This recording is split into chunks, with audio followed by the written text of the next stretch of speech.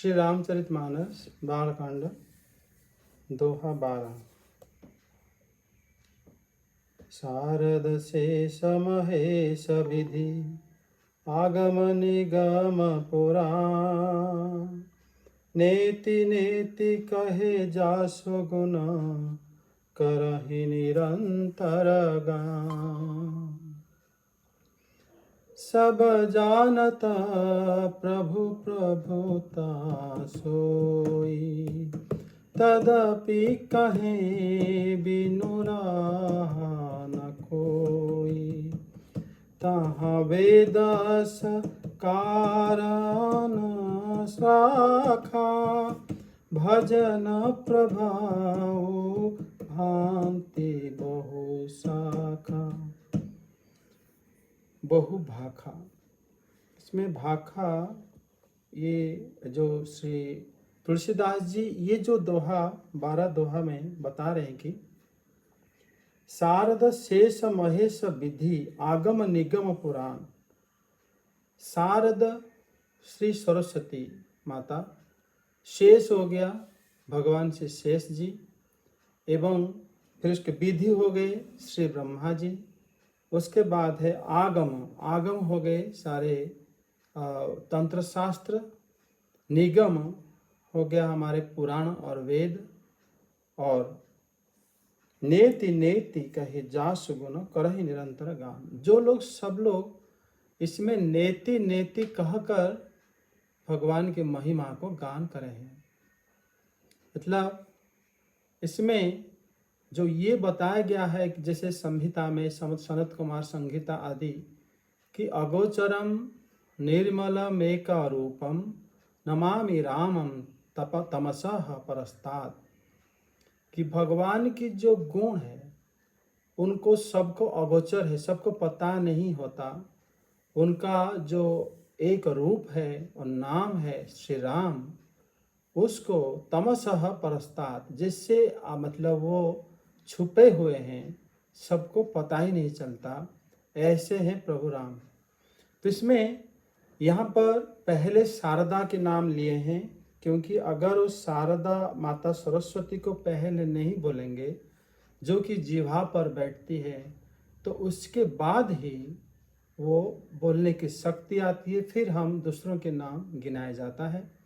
और यहाँ पर श्री तुलसीदास जी 7 जो नाम ले रखे हैं, और जो श्री सरस्वती देवी एवं श्री शेष जी, श्री ब्रह्मा जी और तंत्र शास्त्र आदि वेद पुराण इत्यादि जो सारे उनके जो नाम में वो बताए हैं, कि जो सब है ये सब जो पिछले जो हमारा चौपाई था उसके अकॉर्डिंग अगर देखा जाए, कोई कहते हैं कि जो पिछले जो चौपाई में श्री तुलसीदास जी जैसे गिरि मेरु उड़ही कहु तुल के ही लेखी माही, कि जो सब गिरी और ये जो पर्वत आदि जब उड़ जाते हैं, जिनके प्रभाव ऐसा है, तो उसमें मेरा लेख एक रुई के बराबर है, तो उसका कहाँ गिनती आएगा।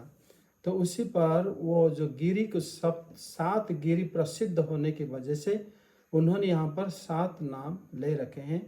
ऐसे बताया जाता है जैसे उदयचल और उदय अस्त गिरी दोनों, कैलाश मंदर और शैल और हिमालय आदि, ये 7 गिरी के वजह से भी कोई पंडित बोलते हैं। इसीलिए श्री तुलसीदास जी यहाँ पर 7 नाम को लिए हुए हैं। आगे चौपाई में बता रहे हैं कि सब जानता प्रभु प्रभुता सोई, तदपि कहें बिनु राहा न कोई। श्री रामचंद्र जी की जो प्रभुता को सब जानते हैं, तो भी कहे बिना रहा नहीं जाता। मतलब श्री तुलसीदास जी कहते हैं कि ऐसा नहीं है कि वो भगवान प्रसिद्ध होते हैं, उनको सब जानते हैं। सब मतलब अनेक जो साधु और भगवान के भक्त जानते हुए भी उनके बारे में मतलब बिना बताए रह नहीं सकते। मतलब जब भी भक्त धरती में रहते हैं, उनका लक्षण एक ही रहता है कि भगवान के बारे में निश्चित वो बोलते हैं, और कहीं बोला जाता है तो सुनते हैं। तो उसको ही यहाँ पर श्री तुलसीदास जी भक्तों के लक्षण कहकर यहाँ पर बताए हैं। सब जानत प्रभु प्रभुताई, सब जानते हैं फिर भी तदपि कहे बिनु रहा न कोई, उनको बिना कहे कोई रह नहीं सकता। और तहाँ वेद कारण राखा, भजन प्रभाव भांति बहु भाखा। यहाँ पर बताते हैं कि इसमें जो वेदों ने यह कारण रखा है या बताया है कि भजन का प्रभाव बहुत तरह से वेद ने बताया है। तहाँ वेद अस कारण रखा, इसका कारण वेद बताता है कि वो उनकी जो भजन की जो प्रभाव है वो बहुत अधिक है। इस वजह से शायद सारे भक्त जो है उनके भजन या उनके बारे में कीर्तन करते रहते हैं। तो इस प्रकार वेदों को जो भगवान के वाक्य कहा जाता है और सबसे प्रामाणिक जो है समझकर उसमें सब लोग बुद्धि भी निवेश करते हैं। जब देखते हैं कि वेदों में भगवान की इतनी महिमा गायन हुआ है तो किस प्रकार वो उनको गायन नहीं करेंगे। जैसे वेदों ने भगवान के लिए, भगवान के भक्ति के लिए उन्होंने नवधा भक्ति उसमें प्रणयन करा है, जैसा कि श्रवण, कीर्तन, स्मरण, पूजन, दास्य, साख्य, श्रृंगार इत्यादि भाव और आत्मनिवेदन। वेद पुराण स्तोत्र पाठ जप ध्यान प्रेम जैसे ये सब जो है भगवत अर्पण यज्ञादि, ये सब जो है भजन होता है। अगर कोई वेद पुराण स्तोत्र को पाठ भी करता है, जाप करता है, ध्यान करता है और कोई भी कार्य भगवान जो कोई भी यज्ञ आदि भगवान को अर्पण करता है, ये सारे भजन कहा गया है। इस प्रकार भजन का अगर अर्थ देखा जाता है कि भक्त भगवान को ही भजन करता है। फिर श्री भगवान की जो नाम अनेक तो हैं, लेकिन वेदों में जैसे उनको बताया गया है कि जो ब्रह्म की जो नाम और रूप और मंत्र अनेक हैं। इसीलिए यहाँ तक कि गोपाल सहस्त्र नाम में तो बताया गया है सप्तकोटि मंत्र। तो भगवान श्री कृष्ण के लिए 7 करोड़ मंत्र है।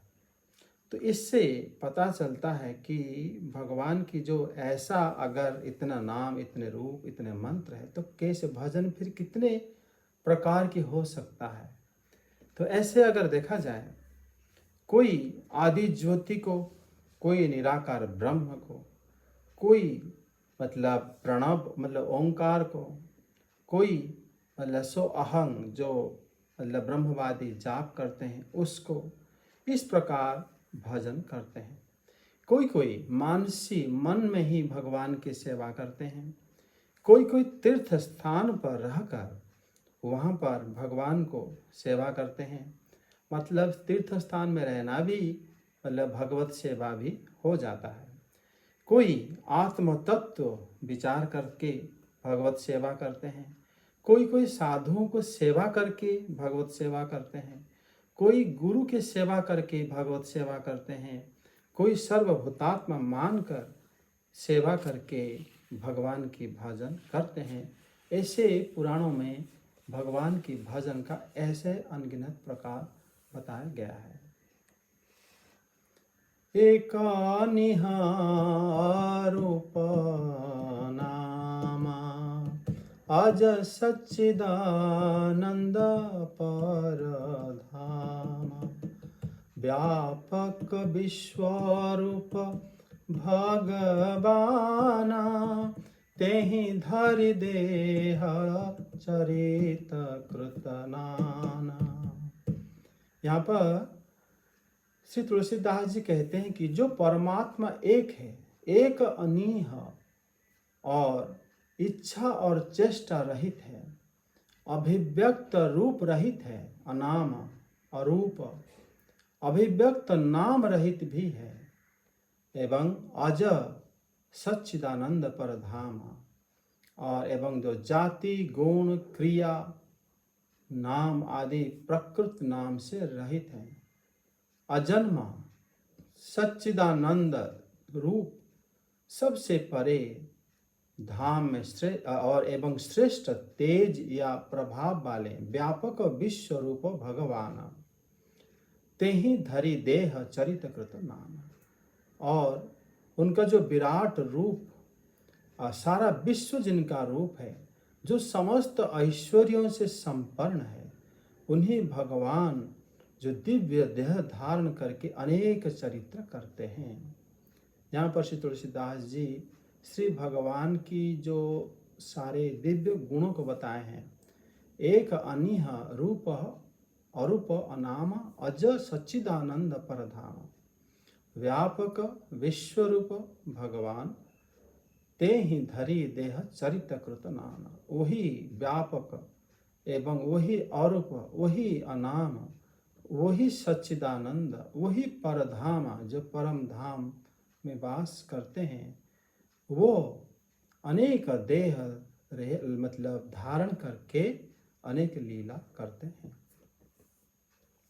यहाँ पर जो एक शब्द बताया गया है, एक शब्द अर्थ होता है कि श्री भगवान एक है। जैसे आप देखोगे कि मतलब उपनिषद आदि में बताया जाता है कि भगवान सर्वत्र केवल एक होने से उनको एक नाम कहा जाता है। एकैव सर्वत्र वर्तते तस्मादुच्यते एकः। वो एक होने के मतलब सर्वत्र अकेले रहने के कारण उनको एक कहा जाता है। एक शब्द भी श्री भगवान के एक नाम भी है। और अनिह, अनिह शब्द अर्थ होता है कोई भी चेष्टा नहीं करते। जैसे हम लोग कोशिश करके काम करते हैं, भगवान श्री राम चेष्टा रहित होते हैं, इसलिए उनको अनिह कहा जाता है। मतलब अनिह परमात्मा, जैसे उपनिषद बताता है कि भीष्मात्माद्वातः पवते भीषोदिति सूर्यः भीषास्मादग्निश्चेद भाश्चः मृत्युर्धावति पंचम। ये जो बताया गया है कि परमात्मा के डर से, भय से वायु चलता है, सूर्य भ्रमण करता है, अग्नि, इंद्रदेव और मृत्यु दौड़ के आते रहते हैं। अर्थात भगवान कुछ नहीं करते, उनके डर से ये लोग काम करते हैं। वायु, सूर्य और अग्नि, इंद्र देवता और मृत्यु देवता आदि समझते हैं। इस प्रकार जो है मतलब भगवान की उनके स्वभाव है, वो चेष्टा रहित होते हैं। भगवत गीता में भी भगवान बताते हैं कि मुझे कोई कार्य करने की आवश्यकता नहीं होती। और इसमें श्रीमद् भागवत में बताया गया है कि मद भयाद भवति बातो अयं सूर्यस्तपति यद मद भयात। मतलब भगवान स्वयं बताते हैं, कपिल भगवान देवहूति माता को, कि मेरे भय से ये जो सूर्य जो है, चंद्रमा और वर्षा और वायु देवता, ये सब जो चलायमान होते हैं वो मेरे भय से ही होते हैं। मतलब इस प्रकार श्री भगवान होने से उनको एक फिर अनिह भी कहा गया है। श्री तुलसीदास जी आगे उनको बोले हैं अरूप अनामा। अरूप अनामा शब्द मतलब एक, अनिह, अरूप, अनामा, ये सारे विशेषण है, श्री भगवान की गुण है। यहाँ पर वो बताते हैं ब्रह्म की जो नाम ये अरूप है और अनाम है। और उनको जो विशद वर्णन मिलता है, जैसे यजुर्वेद मंत्र में सहस्र शीर्षा पुरुषः सहस्राक्षः सहस्रपात्, ये भगवान के बारे में जो बताया गया है कि ब्रह्म के बारे में जो अरूप है, अनाम है, उसका सब सर्वत्र, जैसे श्वेताश्वतर उपनिषद में बताया जाता है कि सर्वतः पाणिपादम तत सर्वतो यक्षी शिरो सुखम सर्वत्र श्रुतिमल्लोके। मतलब इस शास्त्र बताता है कि उनके बहुत पाणी और पाद मतलब हाथ भी बहुत हैं और उनके चरण भी अनेक हैं। इस प्रकार जो बताया जाता है, इससे पता चलता है कि भगवान जो है अरूप है। वो एक रूप होता तो एक ही जगह में होते, जो सर्वत्र है उनका कैसे रूप हम बोल सकते हैं कि वो कैसे हो सकते हैं। और उसके बाद बताया जाता है कि अरूप से उनका मतलब कोई भी भगवान दृश्य रूप से रहित होते हैं, प्राकृत रूप रहित। इस प्रकार भगवान के स्वरूप है। अनाम शब्द से बताया जाता है कि जिनका शरीर है, जब हम प्रकट हो जाते हैं, जन्म ले लेते हैं, फिर हमें एक नाम दिया जाता है। और नाम जो है देखा जाता है कि 4 प्रकार का नाम होता है। जैसे कि मतलब हमारे जाति के हिसाब से नाम हमें मिलता है, कभी कभी काम के हिसाब से नाम मिलता है, कभी कभी यदृच्छा नाम, ऐसे ही अनेक प्रकार के नाम मिलता है। और कभी कभी मतलब जाति गुण अवगुण के हिसाब से भी नाम मिलता है। मतलब 4 प्रकार की नाम होता है लोगों को। लेकिन भगवान को जो अनाम कहा गया है, जिससे लगता है कि उनको या तो सब प्रकार की नाम है या तो इस 4 प्रकार की कोई भी नाम नहीं। जैसे अगर हम कहते हैं कि श्री राम, ये जो नाम है इसमें मतलब अक्षर से अतीत है। कोई भी किसी भी प्रकार की जाति गुण क्रिया नाम के हिसाब से नहीं लगता। मतलब यहाँ पर जैसे अगर हम कहेंगे कि जाति जैसे नाम होता है रघुवीर आदि, गुण जैसे कि भगवान को हम श्याम सुंदर भी कहते हैं, क्रिया में कि हम कहते हैं कि रावणारी, कि खरारी, इस प्रकार कि भगवान श्री कृष्ण जैसे कहा जाता है कंसारी। मतलब इस प्रकार यदृच्छा नाम में जैसे भगवान को हम श्याम स्वामी प्राणनाथ करुणानिधान इस प्रकार जो नाम बताते हैं।